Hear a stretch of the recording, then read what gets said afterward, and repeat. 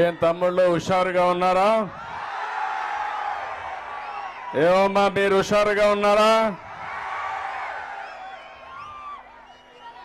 రా కదిలిరా అన్న పిలుపుతో పర్చూరు పోటెత్తింది. ఒక పక్క తెలుగుదేశం, ఇంకో పక్క జన సైనికులు చూస్తా ఉంటే గెలుపు మనదే, అనుమానమే లేదు. ఎవరికైనా అనుమానం ఉందా అని అడుగుతున్నా మిమ్మల్ని. అధికార పార్టీని ఓడించి ఇంటికి పంపించడానికి ప్రజలందరూ కూడా కలిసి వచ్చారు. అవునా కాదా తమ్ముళ్ళు అని అడుగుతున్నా. అంతేకాదు జగన్ రెడ్డి, ఇదిగో చూడు పర్చూరు పౌరుషం. నీ పని, నీ పార్టీ పని ఫినిష్. భూస్థాపితం అవుతుంది. అవునా కాదా అని మిమ్మల్ని అడుగుతున్నా. ధైర్యం ఉంటే ఎక్కడికక్కడ తెరలు కట్టుకొని తిరగడం కాదు. ఈ పర్చూరు మీటింగ్ ఎంత స్వచ్ఛందంగా వచ్చారో ఒకసారి టీవీ ఆన్ చేసి చూడు జగన్ రెడ్డి, నీకే తెలుస్తుంది. ఒకవేళ టీవీ చూడాలంటే భయంగా ఉంటే మా తమ్ముళ్ళు ఇక్కడనే ఉన్నారు, యూట్యూబ్ లింక్ పంపిస్తారు. ఒకసారి చూసుకుంటే రాత్రిలో నీకు నిద్రలు రావు.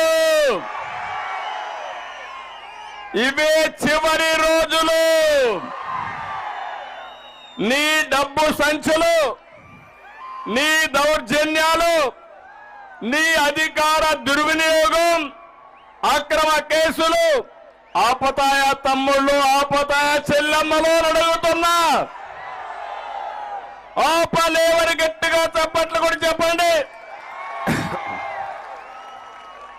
ప్రజల్లో నీ పాలనపై కసి కనిపిస్తా ఉంది, తిరుగుబాటు కనిపిస్తా ఉంది. పోలీసులు పరా హుషారుగా ఉండండి. మీరు పోయే ప్రభుత్వాన్ని మోస్తే మునిగిపోయేది మీరే. మనమే మునిగిపోతామన్నా కాదా అడుగుతున్నా. చట్టాన్ని గౌరవించండి. కాకి దుస్తులు వేసుకున్న మీరు మళ్ళీ ప్రజల మన్నలు పొందడానికి పనిచేయమని మా తమ్ముళ్ళని, ఆడబిడ్డల్ని, పోలీసులు ఒకసారి కోరుకుంటున్నా. నేను ఒకటే చెప్తున్నా, మేము మీటింగ్ పెడితే అడ్డుకుంటావా పిచ్చి జగన్ రెడ్డి అని అడుగుతున్నా.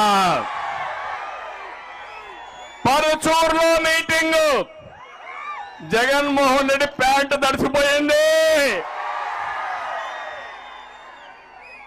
అందుకే అతను చేసిన పనులు మీరు చూస్తే ఇది ఎండోమెంట్ భూమి అంట.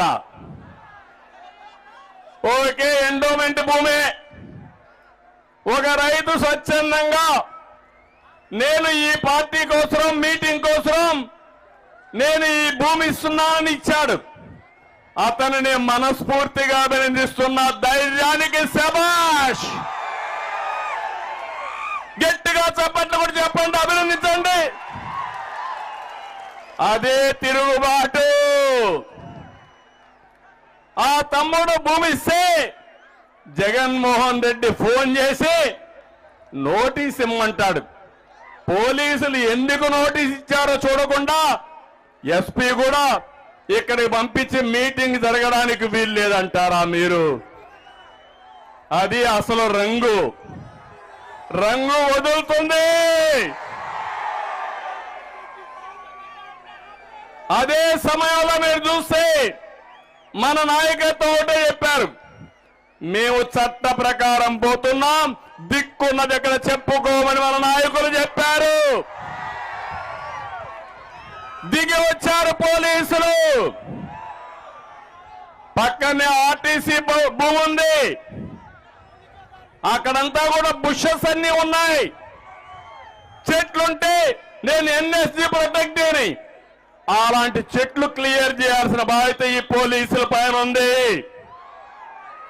మన నాయకులు ఆ చెట్టులు క్లియర్ చేసి దానిపైన తప్పుడు కేసులు మన వాళ్ళ పైన పెడతారు.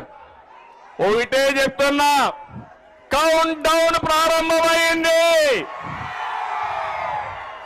ఎన్ని రోజులు తమ్ముళ్ళు మిమ్మల్ని అడుగుతున్నా? 52 రోజులు. ఆ 52 రోజుల తర్వాత తెలుగుదేశం జనసేన సునామీ. గెలుపు మనది. అనుమానం ఉందని అడుగుతున్నా.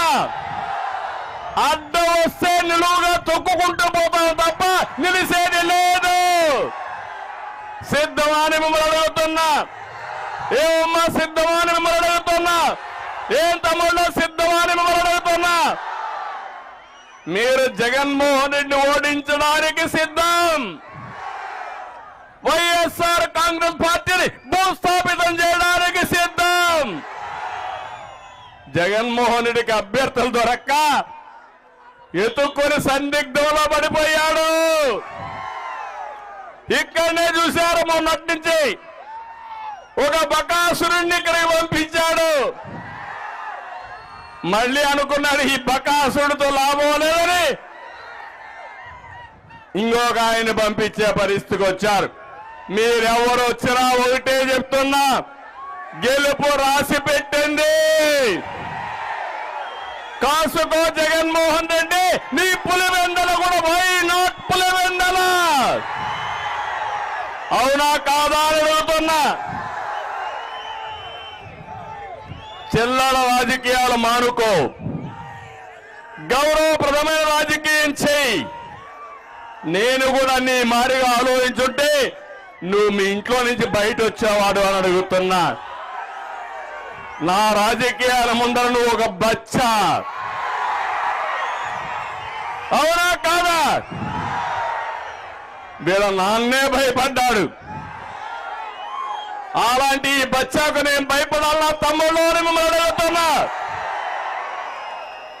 నేను పనిచేసేది తెలుగు జాతి కోసం, మీకోసం, ఈ పేదవాళ్ళ కోసం, నా తెలుగింటి ఆడబిడ్డల కోసం పనిచేస్తున్నా. నన్ను పని చేయకుండా చేయడం నిన్ను పుట్టించిన వాడి వల్ల కూడా చేత కాదని మరొకసారి హెచ్చరిస్తున్నా. అందుకని నేను ఒకటే మిమ్మల్ని అందరినీ కోరుతున్నా, రాజకీయాల్ని కలుషితం చేసిన వ్యక్తి ఎవరు ఎవరు ఎవరు అలాంటి వ్యక్తిని ఓడించాలన్నా లేదా అని మిమ్మల్ని అడుగుతున్నా. ఓడిస్తామని ఒక సంకల్పం చేయండి. గట్టిగా చెప్పట్లు కూడా చెప్పండి. సంకల్పం చేయండి. తమ్ముళ్ళు, ఆడబిడ్డలు గుర్తుపెట్టుకోవాలి. నేను ఇక్కడ పర్చూరులోకి వచ్చింది రా కదిలిరా అంటే నా కోసరమో జనసేన కోసరమో తెలుగుదేశం కోసరం కాదు, మీ అందరి భవిష్యత్తు కోసరం, మీ పిల్లల భవిష్యత్తు కోసరం, ఈ ఆడబిడ్డల భవిష్యత్తు కోసం నేను ఈరోజు ఈ కార్యక్రమానికి శ్రీకారం చుట్టాను. అయితే నా జీవితంలో చాలా సార్లు వచ్చాను కానీ ఈ రోజు మీ స్పందన చూస్తా ఉంటే ఎన్నికల ముందే ఖాయమైపోయింది గెలుపు. అయితే టెక్నికల్ గా ఎన్నికలు జరగాలి కాబట్టి ఎన్నికలు జరుగుతాయి. కానీ అట్లని చెప్పి ఇంట్లో పడుకుంటే దుర్మార్గుడు రావణాసురుడు. దేవుడు కూడా తప్పలేదు తమ్ముళ్ళు, రాముడికి కూడా తప్పలేదు కష్టాలు. అవునా కాదా అని మిమ్మల్ని అడుగుతున్నా. సిద్ధమా రావణాసురుడి వదకని అడుగుతున్నా. ఎందుకంటున్నానంటే మనసు పెట్టి ఆలోచించండి. అందరూ కూడా ప్రతి ఒక్క విషయం మీలో ఒక అవగాహన రావాలి. మీలో చైతన్యం తేవడానికే నేను వచ్చా. మీ యొక్క ఆలోచన విధానాన్ని, ఎందుకు వైఎస్ఆర్ కాంగ్రెస్ పార్టీకి ఓటేయకూడదు, ఓటేస్తే ఏమవుతుందో ఆలోచించే విధంగా చెప్పడానికే నేను ఇక్కడికి వచ్చా. ఇతను ఒక పని చేశాడు, ఒకసారి పాత రోజులు గుర్తుపెట్టుకోండి. తండ్రి ముఖ్యమంత్రిగా ఉంటే తండ్రిని అడ్డం